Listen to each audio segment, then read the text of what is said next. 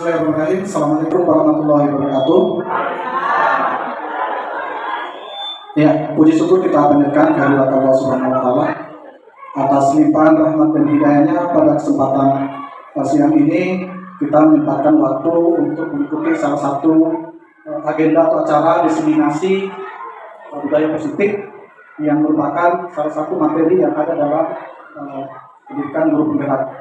Baik Bapak Ibu, hari ini saya akan memaparkan terkait dengan materi budaya positif.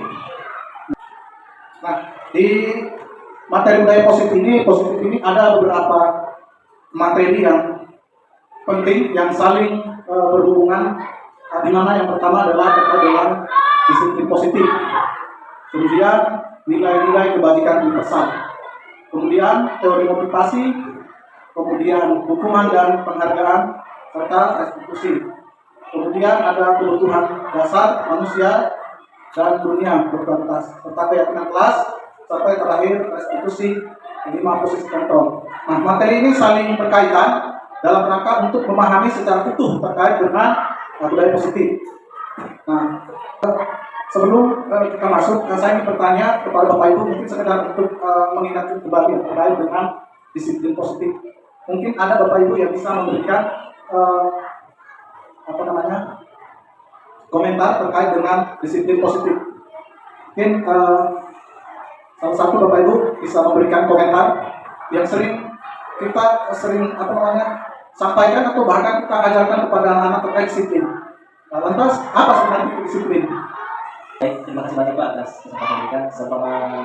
Sepanjang sepengetahuan saya dan pengalaman saya, yang saya pahami terkait dengan disiplin positif itu ada 2 dimensi. Yang pertama, bagaimana kita dalam hukum siswa itu tidak lagi menerapkan pendekatan hukuman atau hadiah, ya, itu yang sementara saya. Tapi lebih kepada mengarahkan anak kita menyadari konsekuensi dari perbuatannya. Mungkin ada yang lain Bapak Ibu memberikan pandangan atau komentar terkait dengan disiplin.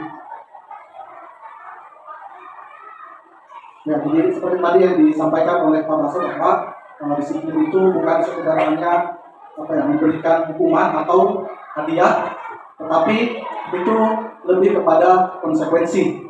Sehingga pada anak didik kita melakukan sesuatu itu bukan karena tadi hukuman atau hadiah, tetapi terkait dengan disiplin itu ada kaitannya dengan konsekuensi yang akan didapatkan dari apa yang telah dilakukan. Mungkin ada yang lain Bapak Ibu terkait dengan disiplin? Tidak, ada komentar? Ya, silakan. Sebenarnya terima kasih. Kalau menurut pemahaman saya tentang disiplin, apalagi yang namanya disiplin positif itu adalah merupakan satu perlakuan yang menginginkan yang namanya sebuah aturan atau suatu aturan atau peraturan yang membutuhkan perlakuan yang harus dilakukan atau harus dilaksanakan, sehingga apa yang menjadi aturan itu akan dilaksanakan dan membutuhkan satu perlakuan yang namanya sanksi atau berupa tindakan yang akan mengubah sesuatu yang dari yang kurang baik menjadi baik. Ya, jadi terima kasih dari Kepala Sekolah terkait dengan disiplin. Ya, jadi kalau kita berbicara disiplin, itu yang tergambar dalam benak kita bahwa itu berkaitan dengan peraturan, kemudian hukuman, dan lain sebagainya. Nah, dari beberapa penjelasan Bapak Ibu guru yang terkait disiplin, jadi pada intinya bahwa disiplin itu tentunya harapannya dilakukan berdasarkan keinginan atau dari diri siswa.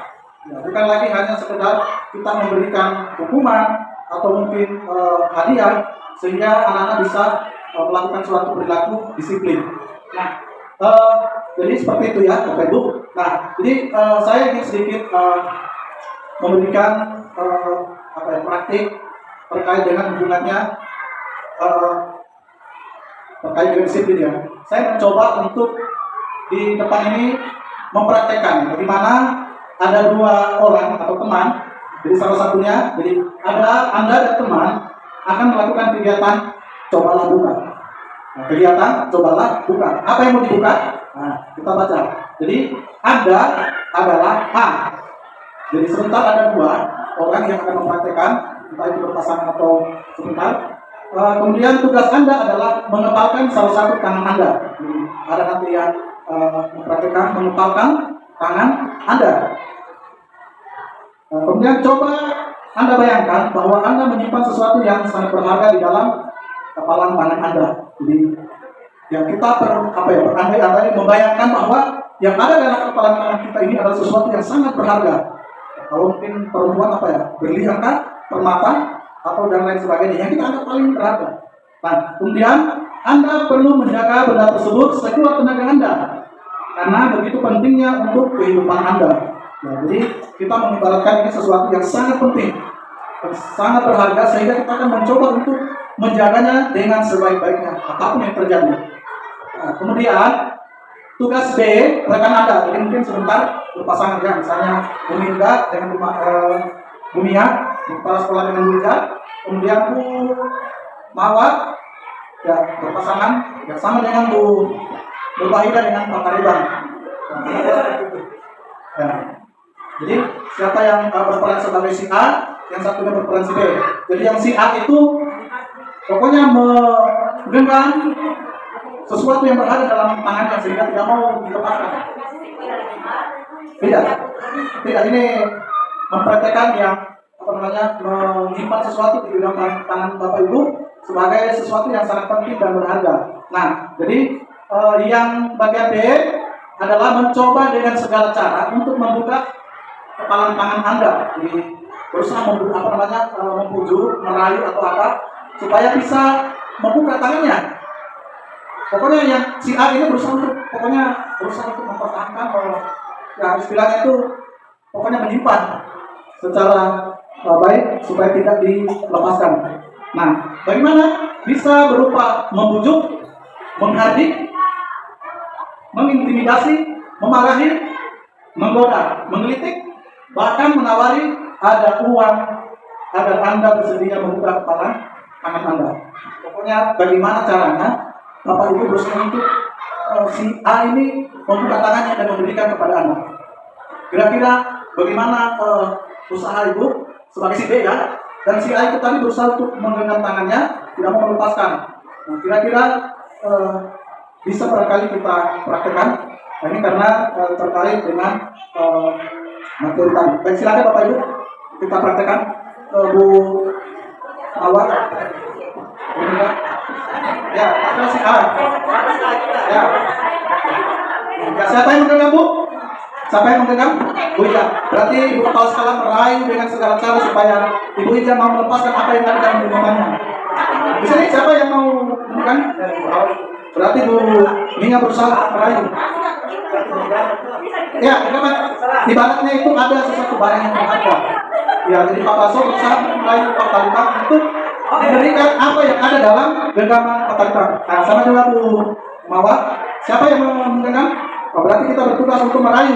Terserah kita mau mengancam, menggoda, membujuk, ya, supaya dia mau memberikan. Kan kadang begitu ya, kadang kalau ada perampok berusaha untuk mengancam bagaimana barang itu bisa diambil. Kira-kira seperti itu. Oke, baik, kita mulai ya, Bapak Ibu. 1, 2, 3.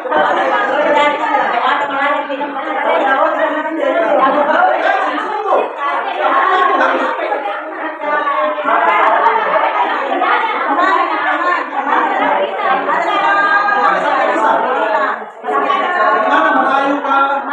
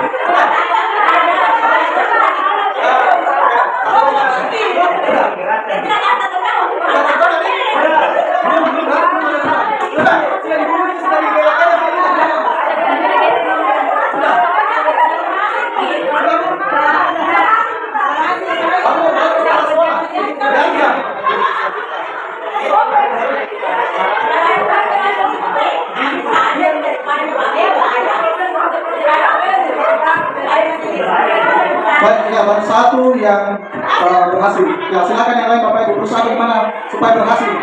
Ya, usaha Anda untuk berupaya membuka tangannya supaya bisa mengambil barang yang berharga dari Bapak Ibu guru.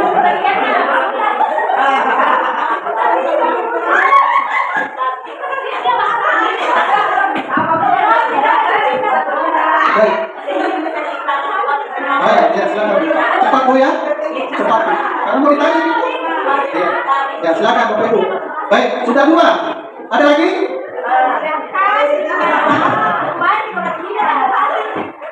Ya, sudah 2 orang. Dua pasang. Kenapa tidak goyang-goyang? Pokoknya usahakan bagaimana pertanyaan dirancang. Atau kalau tidak kasih uang sebagai pokoknya berusaha Bu.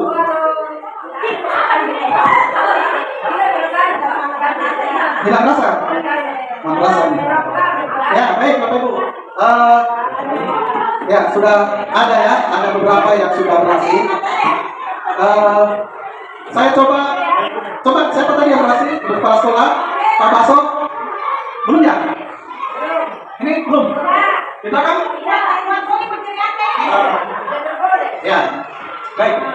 Jadi saya coba untuk tanya Pak Taliban dan Pak Baso. Pak Baso, apa yang Bapak lakukan sehingga Pak Taliban bisa bersedia memberikan barang berharganya? Pertama Pak, saya jujur tidak mau. Dibujuk tidak mau. Menerapkan secara sukarela, tidak mau. Tidak mau. Berarti saya dikritik Pak. Dilitik-litik, berarti kalau dilitik-litik baru mau kasihkan. Oh benar nggak? Oh belum. Saya jangan dulu, sudah lama saya minta kembali kita siang juga.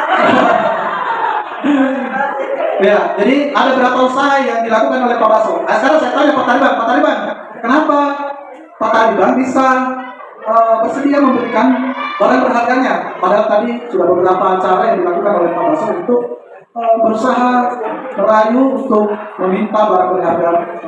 Silakan Pak Taliban. Ini untuk usaha itu atau usaha? Usaha-usahanya Pak. Jadi beberapa teknik yang dilaksanakan oleh Pak Baso itu belum mempan dan terakhir membunuh lagi. Nah, baru saya berikan itu berarti bahwa pada dasarnya kita mengajar siswa itu tidak selamanya dengan kekerasan, harus dengan berbagai macam cara sehingga tidak ada itu manusia yang bodoh. Karena ada tangkapan yang itu bodoh, padahal tidak ada manusia yang bodoh. Bagaimana cara kita guru untuk siswa itu bisa cerdas, itu mungkin yang bisa saya sampaikan. Ya, jadi pada intinya Pak Taliban memberikan itu karena kasihan ya? Karena kasihan? Atau karena dia sudah meminta secara halus sehingga Pak Taliban tiba atau kasihan? Gitu Pak ya? Oke. Pasangannya Bu Kepala Sekolah belum datang. Tapi saya tetap mau tanya Bu, terkait dengan usaha Ibu, apa yang sudah dilakukan sehingga Bu Ija itu mau memberikan barang berharganya? Silakan Bu.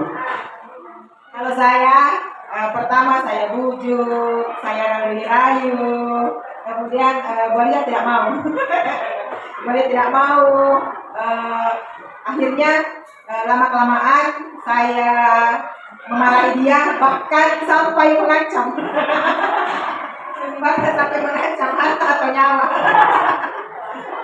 Sehingga Ibu Aliza mungkin karena takut, sehingga dia memberikan apa yang disembunyikan. Terima kasih.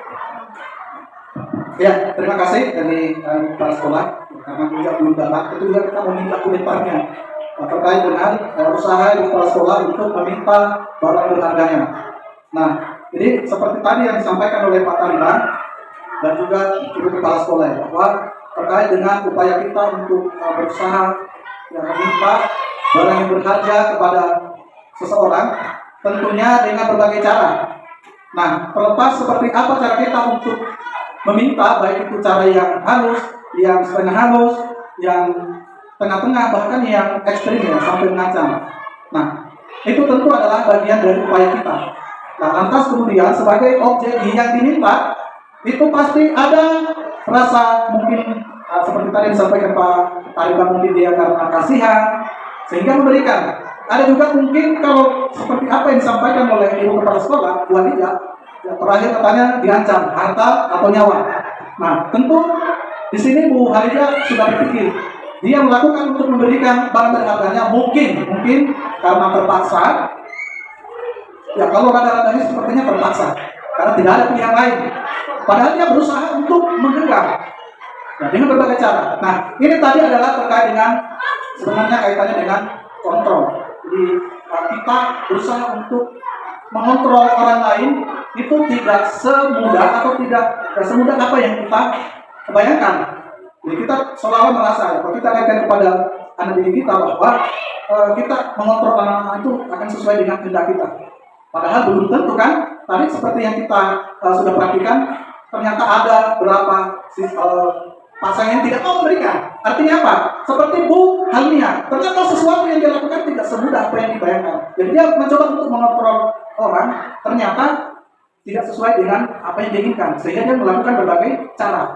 Sama juga seperti tadi Bu Mawalida, mungkin dia merasa bisa ini saya kontrol. Ternyata apa yang terjadi? Tidak ada yang lolos atau tidak bisa berhasil.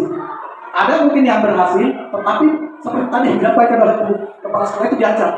Kemungkinan besar dia melakukan itu karena apa, Bu? Karena takut, karena terpaksa. Nah, sehingga kaitannya dengan disiplin itu, harapannya kita itu adalah sesuatu itu dilakukan karena dari dalam diri siswa. Bukan lagi terkait dengan paksaan, kemudian ancaman, hukuman, dan lain sebagainya. Ya, jadi seperti itu ya Bapak Ibu. Ini kaitannya tadi dengan teori kontrol.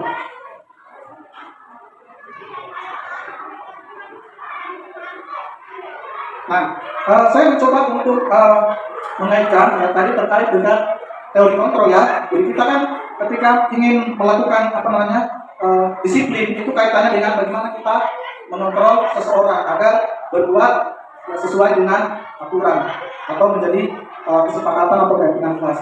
Nah, bagaimana seseorang bisa berubah dari paradigma stimulus respon kepada pendekatan teori kontrol. Nah, di sini di slide mencoba untuk membandingkan tadi terkait dengan stimulus respon dan juga teori kontrol.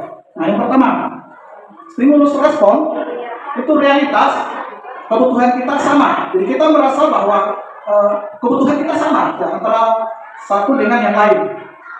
Nah, sementara dalam teori kontrol, realitas kebutuhan kita berbeda. Jadi, terkait dengan kebutuhan kita itu kan beda-beda ya, antara satu dengan yang lain. Kemudian semua orang melihat hal yang sama.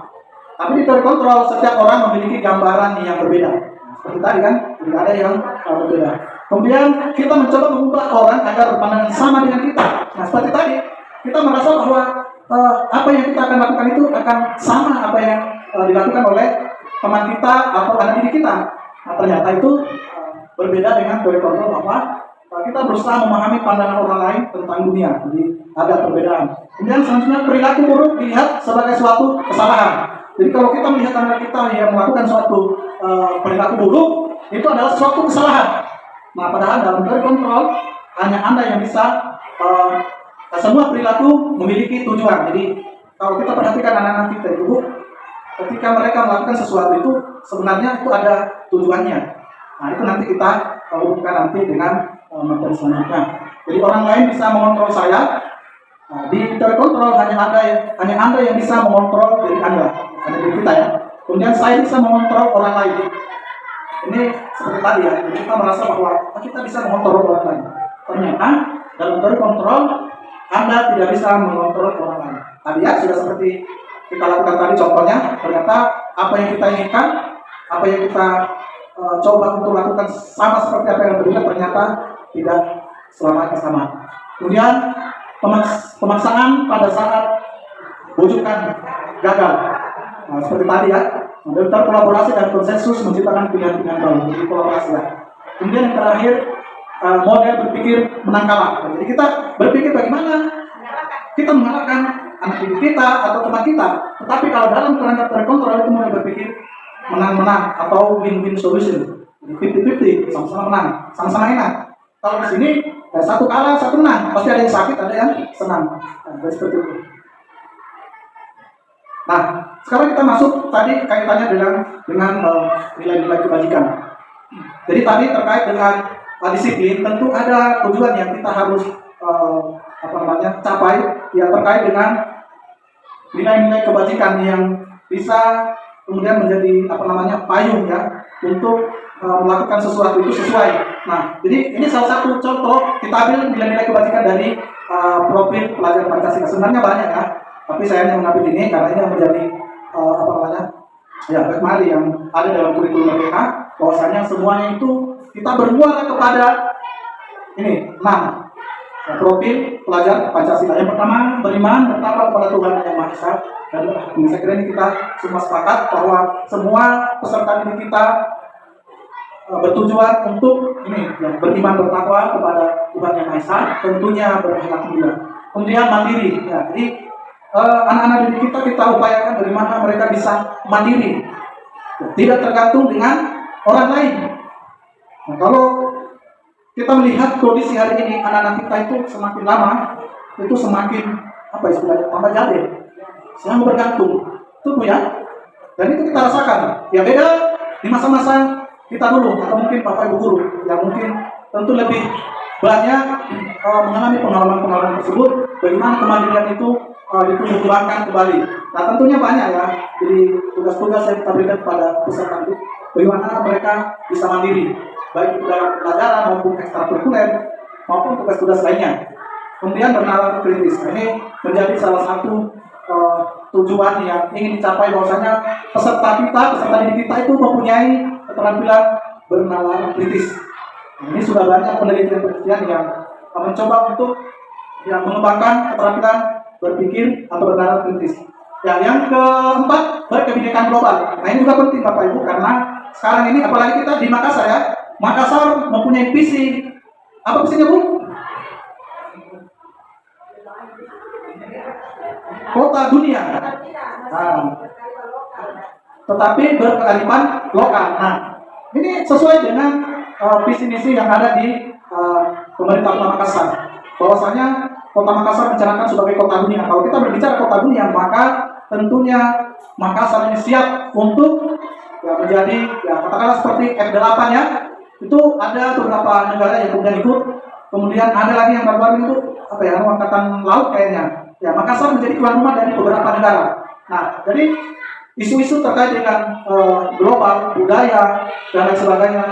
Ya, tentunya kita mempersiapkan anak didik kita untuk istilahnya itu melewati masa-masa seperti itu dan mempersiapkannya sebagai warga negara Indonesia. Kemudian bergotong royong. Nah, ini juga salah satu istilahnya itu.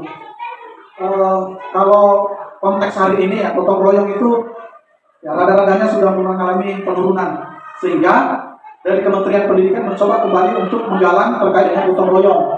Nah, banyak kemudian yang bisa kita lakukan untuk mendukungkan gotong royong. Nah, tentunya Bapak Ibu bisa mengkondisikan terkait dengan bagaimana mendukungkan gotong royong. Dan yang terakhir adalah kreatif. Saatnya istirahat.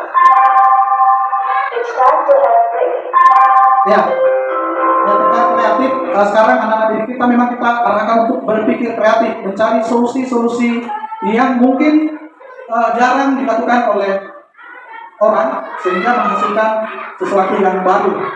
Nah, tentu ini juga penting ya. Jadi ini terkait dengan nilai-nilai kebajikan yang kita coba capai dalam profil pelajar Pancasila. Nah, ini tadi ya terkait dengan motivasi. Ya, jadi ketika peserta didik atau anak-anak kita melakukan sesuatu, pasti ada motivasinya. Begitupun juga kita sebagai guru tentu ada motivasi yang kita lakukan. Nah, ada 3 motivasi perilaku manusia yang untuk melakukan sesuatu. Yang pertama apa? Untuk menghindari ketidaknyamanan atau hukuman. Jadi kalau kita melihat anak-anak kita melakukan sesuatu, bisa saja karena motivasinya untuk menghindari ketidaknyamanan atau hukuman. Jadi dia melakukan karena dia menghindari mau dihukum. Nah, ini yang pertama.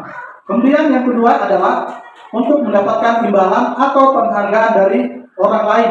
Nah ini ada juga atau bahkan mungkin banyak. Ini barangkali banyak yang dilakukan oleh seseorang, baik itu diri kita ataupun peserta didik kita, untuk mendapatkan imbalan. Kita melakukan sesuatu karena ada imbalan atau mungkin penghargaan dari orang lain. Nah, ini adalah motivasi kedua yang dilakukan oleh seseorang, baik itu sebagai siswa maupun sebagai peserta didik. Yang ketiga, untuk menjadi orang yang mereka inginkan dan menghargai diri sendiri dengan nilai-nilai yang mereka percaya. Nah, ada yang ketiga, bahwasanya dia melakukan sesuatu karena memang ada yang diinginkan, dalam artian itu berasal dari dirinya. Ya, dan juga ingin menghargai diri sendiri. Ya, karena mungkin dia memiliki prinsip katakanlah rajin, kemudian dan lain sebagainya. Nah, sehingga dia melakukan sesuatu itu karena memang itu adalah prinsipnya yang ada pada dirinya, sehingga dia melakukan sesuai dengan apa yang dia percaya. Nah, dan ini yang paling dari ketiga motivasi ini, menurut Bapak Ibu kira-kira mana Bapak Ibu yang menurut Ibu paling baik dari ketiga motivasi ini? Atau begini, pertanyaan saya ganti. Kira-kira yang paling banyak digunakan oleh orang untuk melakukan sesuatu itu karena motivasi pertama, motivasi kedua, atau yang ketiga? Ya, kenapa Bu Jan? Kenapa? Alasannya coba. Karena saya lihat baru dia melaksanakan sesuatu kalau diiming-imingi hadiah. Misalnya contoh kecil saja dalam kelas, itu anak-anak saya lihat baru dia mau bekerja, kasih tugas, kerjakan tugas, kalau ada sesuatu itu kita janjikan ini misalnya, nanti kamu kasih begini, mau begini, ya. Baru saya lihat dia mereka mau kerja, tapi kalau kita kasih tugas begitu saja, waduh, 3 minggu dia belum tentu mau kerja. Kalau pemahaman saya begitu. Mungkin ada lagi yang lain dari ketiga motivasi ini yang mungkin paling banyak Bapak Ibu lihat yang dilakukan adalah nomor berapa? Kalau Bunia? Ya, yang Bapak Ibu sering jumpai. Ya, di kelas. Kalau yang teringat di kelas saya yaitu ada pada poin pertama. Ini ada yang sesuatu yang memang betul seperti itu adanya. Dan untuk menghindari ketidaknyamanan atau hubungan, misalkan dalam pemberian soal, kalau bisa Nandaku selesaikan ini, berupa ini imbalannya. Dan kalau tidak, misalkan tidak boleh istirahat. Nah, jadi mereka bermotivasi untuk bekerja daripada tidak diizinkan istirahat, yang mendingan dilaksanakan sesuai perintah dan gurunya. Jadi yang pertama tadi motivasi yang kedua terkait dengan melakukan sesuatu karena ada iming-iming, baik itu imbalan atau apa. Kemudian yang kedua dari Bu Hania yang biasanya sering ditemui di kelas adalah motivasi yang pertama, karena apa? Untuk menghindari ketidaknyamanan atau hukuman, seperti tadi yang diceritakan. Nah, jadi dari ketiga motivasi ini, saya ingin bertanya lagi, kira-kira yang menurut Bapak Ibu yang baik itu motivasi keberapa? Ketiga. Ya, jadi motivasi yang paling baik yang akan kita bentuk adalah motivasi ketiga. Memang kita tidak bisa pungkiri untuk saat ini banyak kemudian siswa kita melakukan sesuatu itu karena tadi yang pertama menghindari ketidaknyamanan atau menghindari hukuman. Kemudian yang kedua untuk mendapatkan imbalan. Nah, terlepas dari itu, maka dari tiga motivasi ini yang paling baik adalah yang ketiga. Jadi ini yang kemudian menjadi sebuah tantangan bagi kita, bagaimana kemudian motivasi ini bisa dilaksanakan karena tadi yang bagian ketiga. Karena ini adalah berkaitan dengan dalam diri siswa. Itu muncul karena ada sesuatu yang diinginkan. Bahwasanya kalau mau rajin, kalau mau pintar harus belajar. Nah, sehingga ketika dia ingin cerdas dia harus banyak belajar seperti itu. Ataukah ingin menghargai diri dengan nilai-nilai yang mereka percaya, seperti tadi bahwa seperti tadi kalau mau pintar ya harus rajin belajar. Jadi belajarnya itu bukan lagi karena ingin disuruh tadi seperti yang disampaikan oleh Bu Mia, karena mungkin takut dihukum, yang menghindari hukuman, maka dia belajar. Tidak seperti itu. Yang kemudian kita coba tunjukkan adalah itu muncul dari diri siswa, bahwa belajar itu adalah sesuatu kebutuhan, sehingga dia berusaha untuk mengapa itu. Nah, jadi seperti itu. Ya, jadi kita sepakat bahwa 3 teori ini, teori motivasi perilakunya, ya, motivasi yang ketiga yang baik, dan itu yang akan kemudian kita coba praktekkan atau lakukan di lingkungan sekolah kita, di kelas kita. Tentunya ini adalah sebuah pengetahuan baru yang mungkin selama ini kita masih keliru, sehingga kita perlu untuk memperbaiki.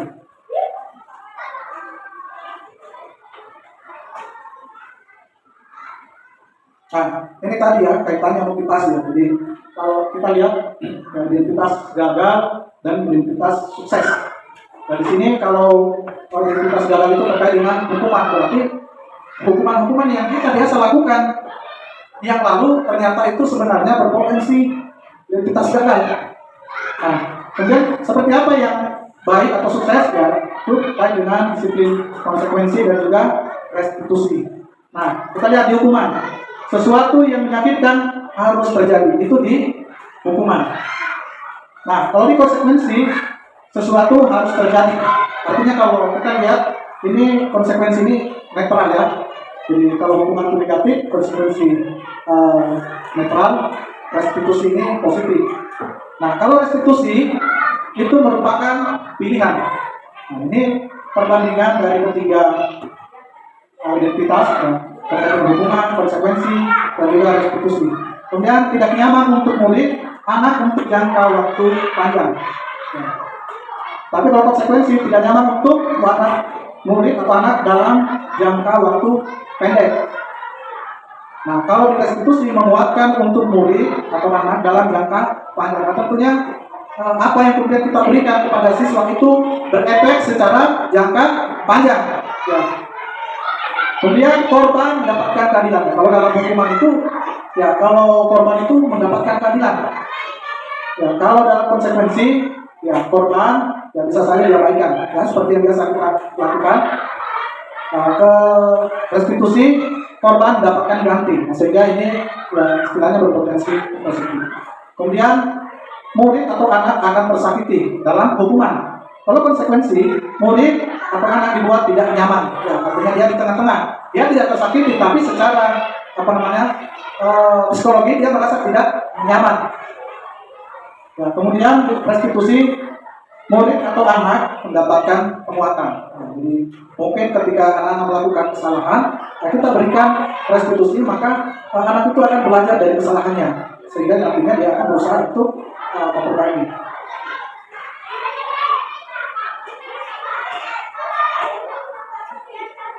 Ya, selanjutnya sistem tidak akan berjalan bila murid tidak takut. Ya, jadi kalau di hukuman itu memang kita memberikan semacam ketakutan, sehingga ketika anak-anak takut itu akan ada respon. Nah, ada respon yang akan muncul. Nah, tentunya dia berusaha untuk membela diri. Ya, biasanya itu kalau anak-anak kita tanya itu berbohong, karena dia merasa takut ketika kita akan memberikan hukuman. Nah, dia akan berbohong karena menutupi ketakutannya. Kemudian di bagian konsekuensi memerlukan monitoring dan supervisi terus-menerus dari guru. Nah, kemudian di restitusi, murid belajar bertanggung jawab untuk perilakunya. Nah, ketika sudah melakukan sesuatu, maka ada sesuatu yang harus dilakukan untuk memperbaiki. Kemudian selanjutnya berlaku hanya pada sebuah institusi, tidak berlanjut pada kehidupan nyata. Tapi kalau di konsekuensi, membantu penerapan mengikuti peraturan dalam masyarakat. Di restitusi, fokus pada pemecahan masalah dalam jangka waktu panjang. Nah, ini tentu yang baik ya. Nah, kemudian di hukum, peraturannya adalah titik-titik, kamu harus titik-titik. Jadi peraturannya kalau terlambat, cuci WC. Kalau terlambat datang upacara, hormat bendera. Atau lari mengelilingi lapangan. Nah, itu hukuman. Berarti ini sering kita lakukan Bapak Ibu. Ternyata berpotensi gagal. Nah, kalau konsekuensi, apapun peraturannya, mampukah kamu melakukannya? Terima kasih. Nah, jadi kita ada konfirmasi kepada anak didik kita terkait peraturan yang kita buat, apakah dia bisa melakukannya. Nah, kemudian di restitusi, apakah kami yakin? Nah, berarti ini terkait dengan menanyakan kepada peserta didik kita, apa yang bisa kami lakukan untuk memperbaiki masalah ini. Nah, misalkan seperti anak didik saya yang lalu, termasuk dan Umar, ya memecahkan jendelanya Pak Taliban. Nah, apa yang mereka bisa lakukan? Saya tanya kepada mereka terkait dengan perilaku mereka memecahkan kaca. Nah, mereka mengatakan mau mengganti. Nah, sehingga saya meminta kepada siswa semua yang terlibat dalam insiden tersebut untuk mengganti itu tadi kacanya Pak Taliban. Jadi kalau di awal itu kan harus diganti. Nah, itu restitusi. Nah, ternyata ketika kami menyampaikan ke Pak Taliban, alhamdulillah Pak Taliban tidak menuntut diganti. Nah, walaupun sebenarnya kami berat hati juga karena itu adalah sesuatu yang memang harus diganti. Nah, tapi karena Pak Taliban alhamdulillah masih berlapang dada, ya walaupun sebenarnya harapan kami diganti supaya anak itu merasa jerah ya, supaya tidak melakukan lagi. Oh, apa yang saya lakukan ini merugikan orang lain dan itu tentu hal yang keliru. Nah, tapi alhamdulillah masalahnya sudah selesai dan saya lihat anak-anak itu sudah banyak mudah-mudahan mereka bisa berjangka panjang. Ya, kemudian yang terakhir, murid atau anak membenci peraturan. Ya, kalau hukuman, karena kenapa? Karena dia tahu akibat yang akan dilakukan ketika melanggar. Nah, tapi kalau dia konsekuensi itu tengah-tengah. Ya, mereka menghargai atau menghormati peraturan itu melalui kesepakatan kelas ya, peraturan yang kita buat, sehingga mereka mematuhi atau yang menerima aturan yang mereka buat sendiri. Tentunya ini bukan berasal dari guru tapi dari mereka sendiri. Kemudian murid atau anak menghormati dirinya dan orang lain. Tentunya ini lebih baik lagi karena ini berasal dari dalam diri siswa. Tentunya harapan kita semua itu adalah kita melakukan restitusi. Maaf, saya cek dulu.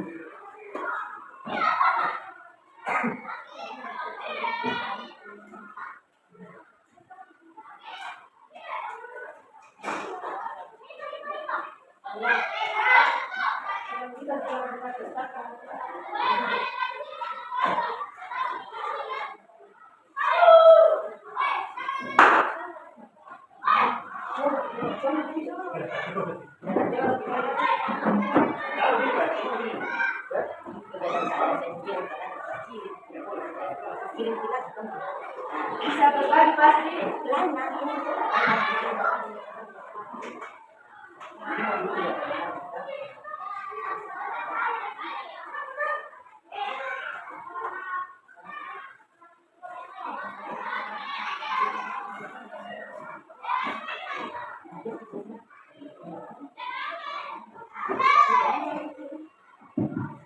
Kenapa punya ada Yang bisa dibagi dengan yang sama yang terjadi kalau naik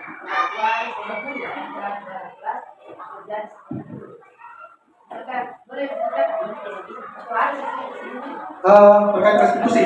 Ya, jadi ya nanti ada materinya tersendiri. Ya, nanti ini masih berlanjut tuh. Jadi di akhir-akhir nanti, ya itu sebenarnya yang kita kalau dalam definisi saya itu yang tujuan utama saya, karena ini adalah sesuatu yang sering terjadi di kelas maupun di sekolah kita. Makanya saya berusaha untuk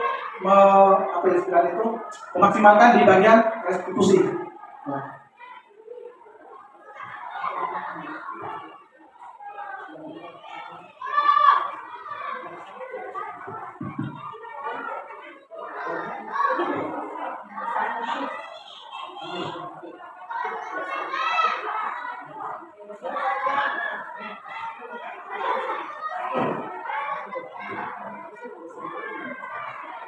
Jadi ini ya, tadi terkait dengan restitusi.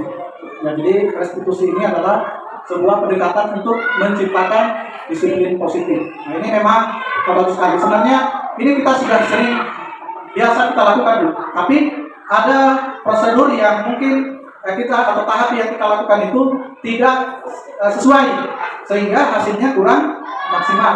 Saya yakin Bapak Ibu sudah pernah melakukan. Jadi materi ini sangat, kalau menurut saya di materi yang dari disiplin positif ini yang kalau menurut saya yang luas sekali karena berkaitan dengan kedisiplinan siswa.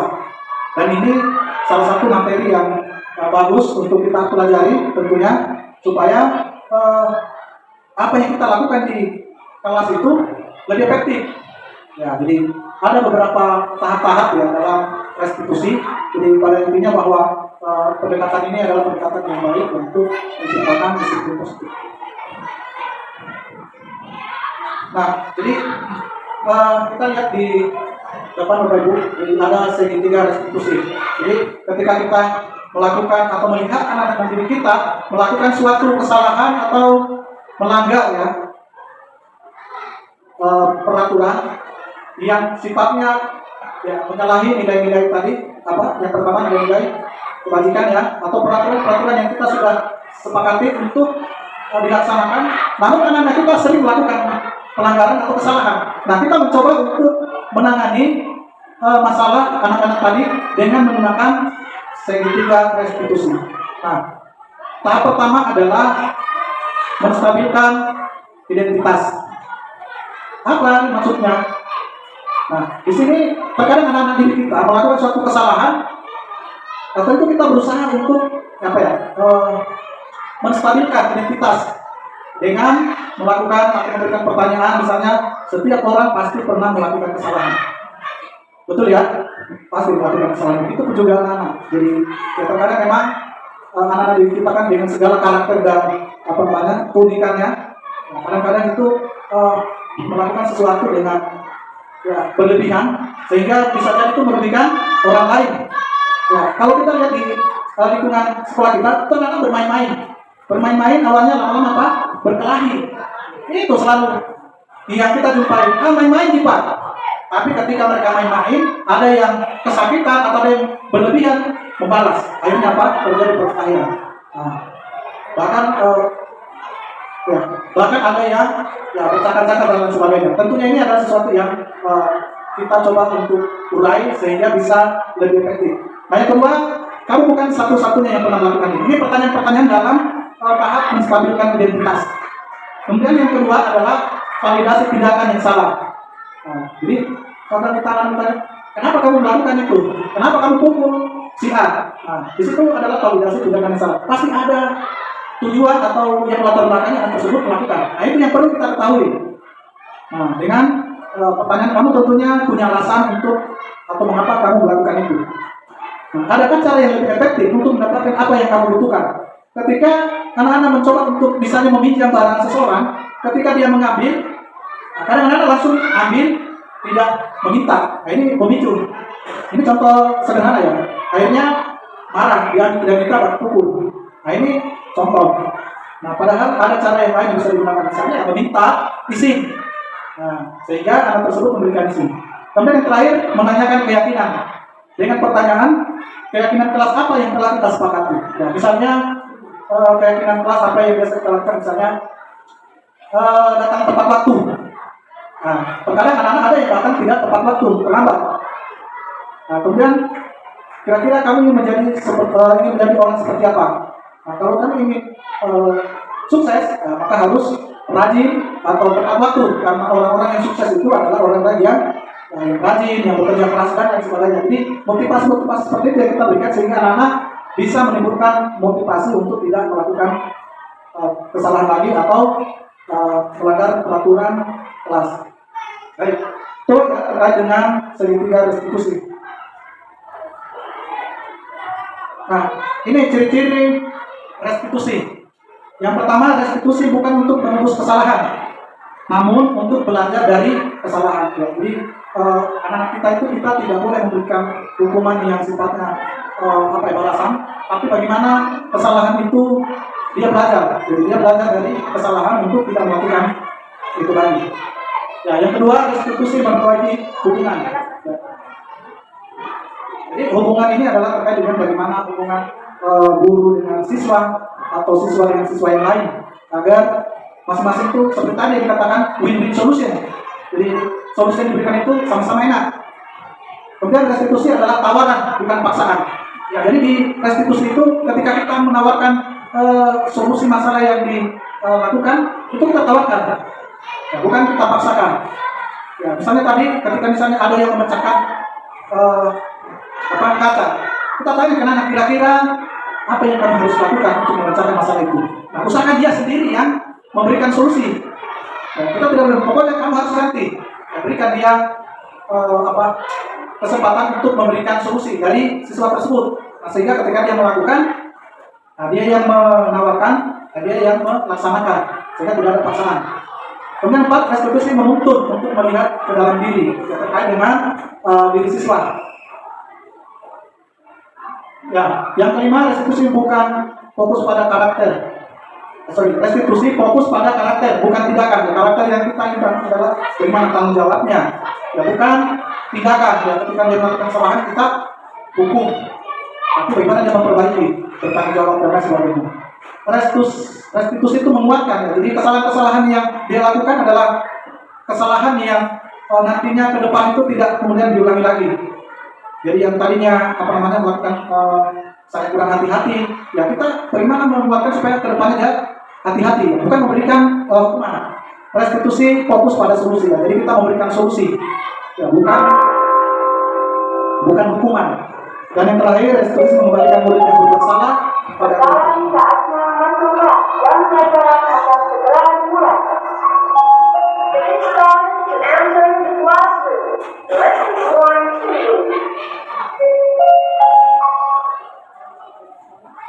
Ya, ini yang ke-8, restitusi mengembalikan murid yang berbuat salah pada kelompoknya. Bapak Ibu, ketika anak-anak yang kemudian melakukan kesalahan, kalau kita kasih hukuman, nah ini nantinya siswa yang lain itu akan menyisihkan anak tersebut.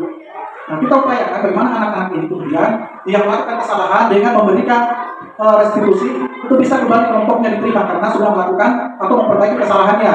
Ya, tentunya meminta maaf dan sebagainya dan mengganti apa yang mungkin dia merusak atau apa. Jadi, sehingga nantinya anak-anak lain itu bisa menerima siswa tersebut dan masuk kembali pada kelompoknya. Nah, ini implementasi restitusi. Ya. Jadi restitusi yang dilakukan pada siswa yang sedang makan di dalam kelas pada saat proses pembelajaran. Ini kadang-kadang ada juga begitu. Nah, ini kita melakukan restitusi. Jadi, ya tentu ini siswa saya. Nah, tentu langkah-langkah yang kita lakukan seperti tadi yang segitiga restitusi. Jadi semacam wawancara, ya, bertanya jawab. Kita memanggil anak untuk berdialog. Nah, kalau ini restitusi yang dilakukan pada siswa yang terlambat mengikuti upacara bendera. Nah, ini perlu kita lakukan restitusi, apalagi siswa yang sering itu lagi. Nah, berarti ini ada suatu perilaku yang istilahnya itu yang melanggar dari ketentuan. Nah, yang terakhir ini kebutuhan dasar manusia. Kalau kita melihat kebutuhan manusia itu ada 5. Pertama, bertahan hidup. Nah, ini semua orang pasti ingin mempertahankan, baik itu secara naluriah, biologis dan lain sebagainya, pangan dan lain sebagainya.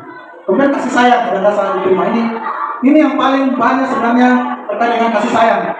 Ya, banyak kemudian anak-anak yang kurang kasih sayang di rumah, ya ketika datang, ya biasa mencari perhatian ke gurunya dan lain sebagainya.